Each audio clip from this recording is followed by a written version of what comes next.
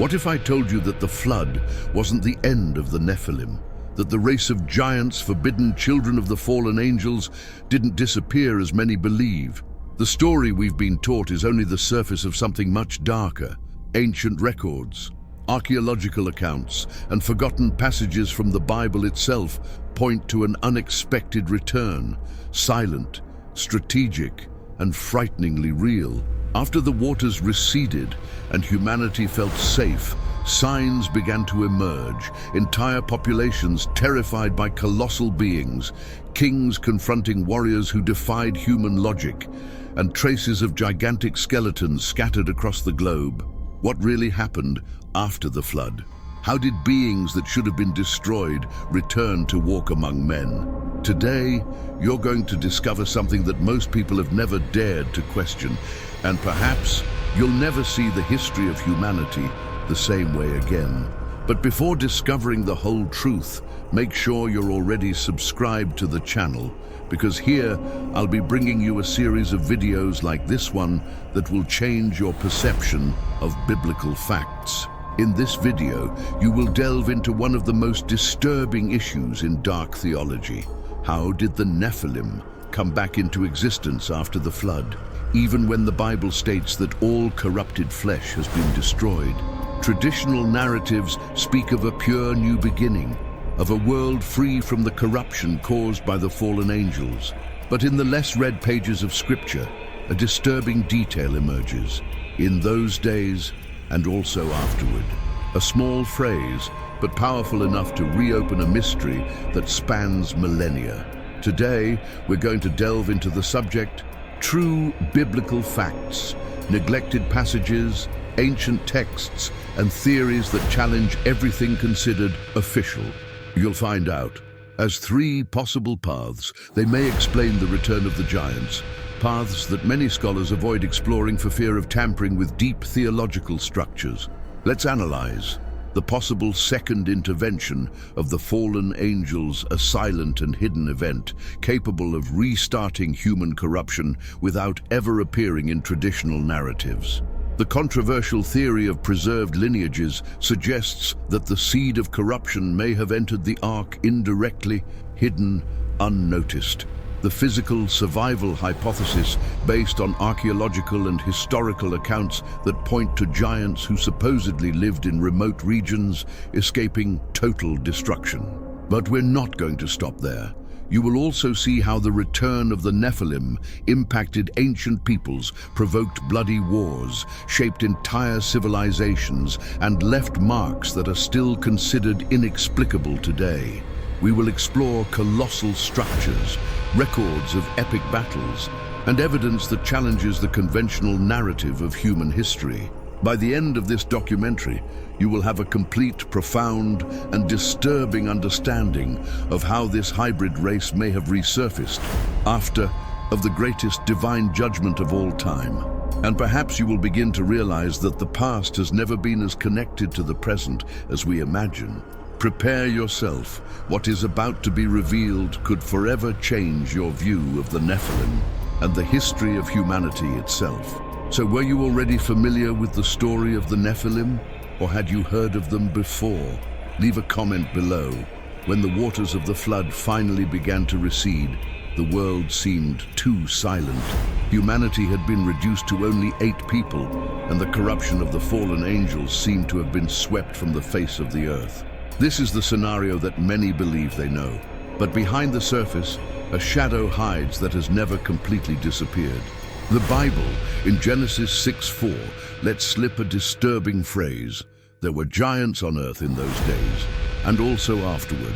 This isolated phrase, "and also afterward," is considered by scholars of obscure theology to be one of the most enigmatic sentences in Scripture. It shouldn't be there if the extinction of the Nephilim lineage had been absolute. However, it remains as a silent mark that something happened again. As we turn the pages of the biblical narrative, we see a world that, supposedly purified, begins to record activities related to giants once again.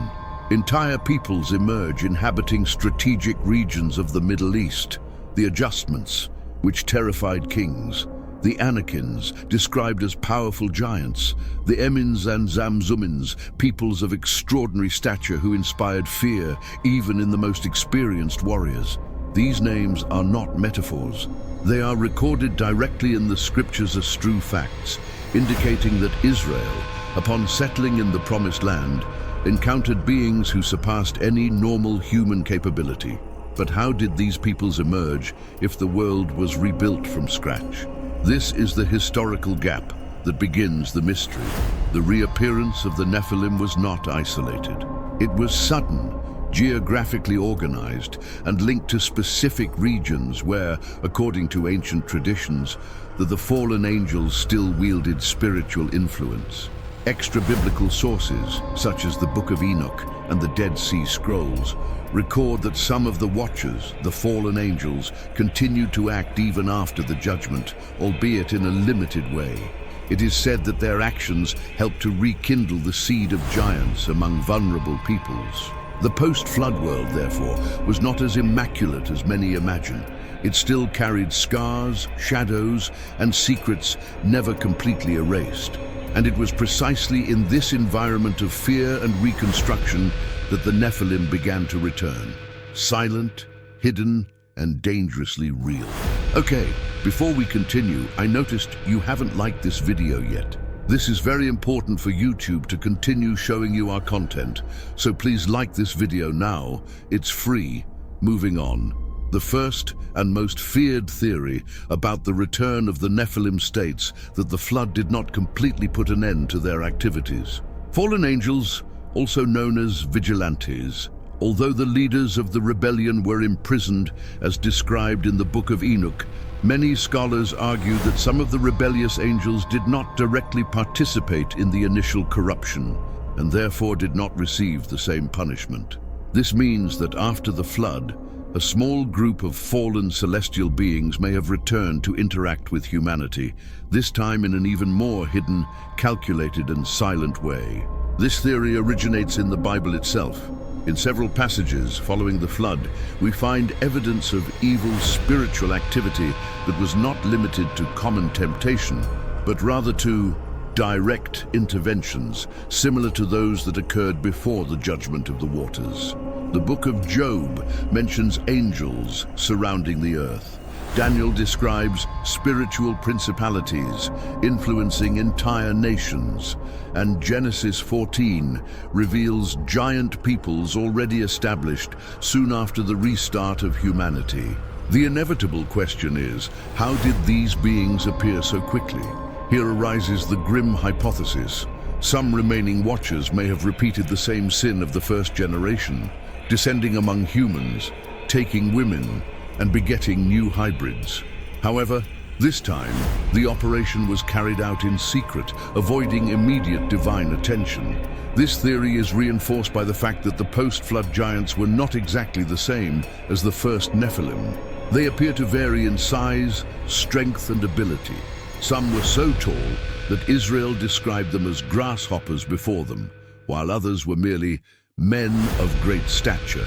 This inconsistency may indicate subsequent hybridizations in different locations and with varying intensities of angelic influence. Ancient manuscripts such as the Book of Jubilees suggest that certain fallen angels continued to instruct men in forbidden arts, weapon metallurgy, enchantments, occultism, just as they did before the flood.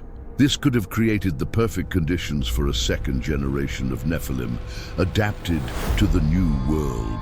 If this theory is true, then corruption has not only returned, it has reinvented itself. And the Watchers, even after divine judgment, found a way to continue their dark work. Silent yet devastating, reshaping the destiny of humanity once again. The official version says that evil was destroyed by the waters. But this theory reveals something terrifying. He learned how to survive.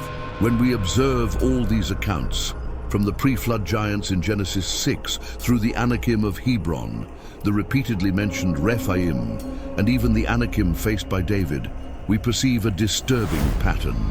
The Bible never treats the Nephilim as a mere ancient legend. They appear, disappear, and return at critical moments in biblical history, always linked to spiritual corruption, extreme violence, and the advance of chaos over human order. If we accept the texts as factual evidence, as described by Moses, Joshua, and the prophets, we are forced to admit something disturbing. The flood did not end the influence of the fallen angels on humanity. The presence of the Nephilim after the flood suggests that the spiritual world continues to interfere in human history in profound and invisible ways. The same forbidden mixture that corrupted entire generations may have left traces that have traversed civilizations. Many scholars believe that this influence did not end in antiquity. Jesus himself warned that just as it was in the days of Noah, so it will be at the coming of the Son of Man. A direct reference to the period when the Nephilim walked the earth. This raises a grim question. Is the return of these entities, physical or spiritual, linked to modern events, unexplained archaeological mysteries, and the global increase in phenomena considered supernatural? For many biblical scholars, the answer is yes. The battle that began before the flood is not yet over, and understanding the story of the Nephilim is not just about looking to the past. It's about realizing that we are facing a cycle that can repeat itself. The ancient giants may have disappeared from the visible landscape, but their influence continues to reverberate in the spiritual world, and perhaps silently in our own time.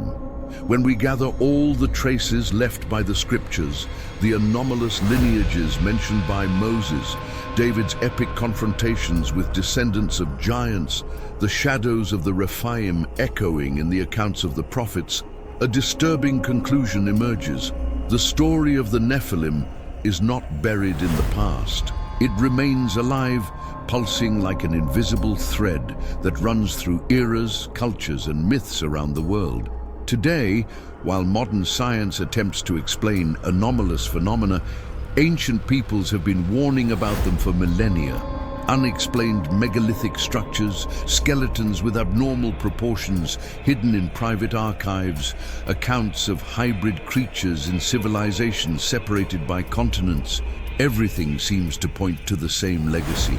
A legacy that the Bible describes as the remnant of the rebellion of the fallen angels and their interference in the destiny of humanity. And when we return to Jesus' words, in the days of Noah, we realize that he was not merely making a historical comment, but a veiled warning. Noah's days were marked by a corrupt humanity, by spiritual forces acting undisguised, and by the manifestation of the Nephilim as a direct consequence of that invasion. The parallel between that era and our own raises dark questions. Are we seeing signs of this same cycle? Are we witnessing the return of something ancient and dangerous? This doesn't mean that physical giants are walking among us again, but rather that the same spiritual pattern described in the scriptures seems to be resurfacing. The same human arrogance, the same fascination with new gods, the same curiosity about forbidden mysteries. The scenario of the modern world is beginning to resemble too closely that described before the flood. The Nephilim may not be merely figures from a distant past. They may hold the key to understanding why unseen forces continue to shape the history of humanity. Perhaps they never truly left. And when we combine verifiable facts, ancient texts, and contemporary phenomena, the final question remains open, echoing like a forgotten whisper. What if their return has already begun? The silence that lingers after analyzing all these verifiable facts, from biblical records to archaeological discoveries, from post-flood lineages to modern theories, is almost unsettling. It's as if we are contemplating not only the past, but also a shadow stretching toward the future. And perhaps that's precisely what makes the Nephilim so disturbing. Not the grandeur of their bodies, but the reach of their legacy. They represent the attempt to corrupt humanity, and a warning that certain stories return when men forget them. If you, like me, feel that there are still pieces missing from the puzzle, hidden clues, ignored accounts, facts that few dare to investigate, then this world still has much to reveal. And each new video is a door we open together, a step forward towards the mysteries that so many prefer to avoid.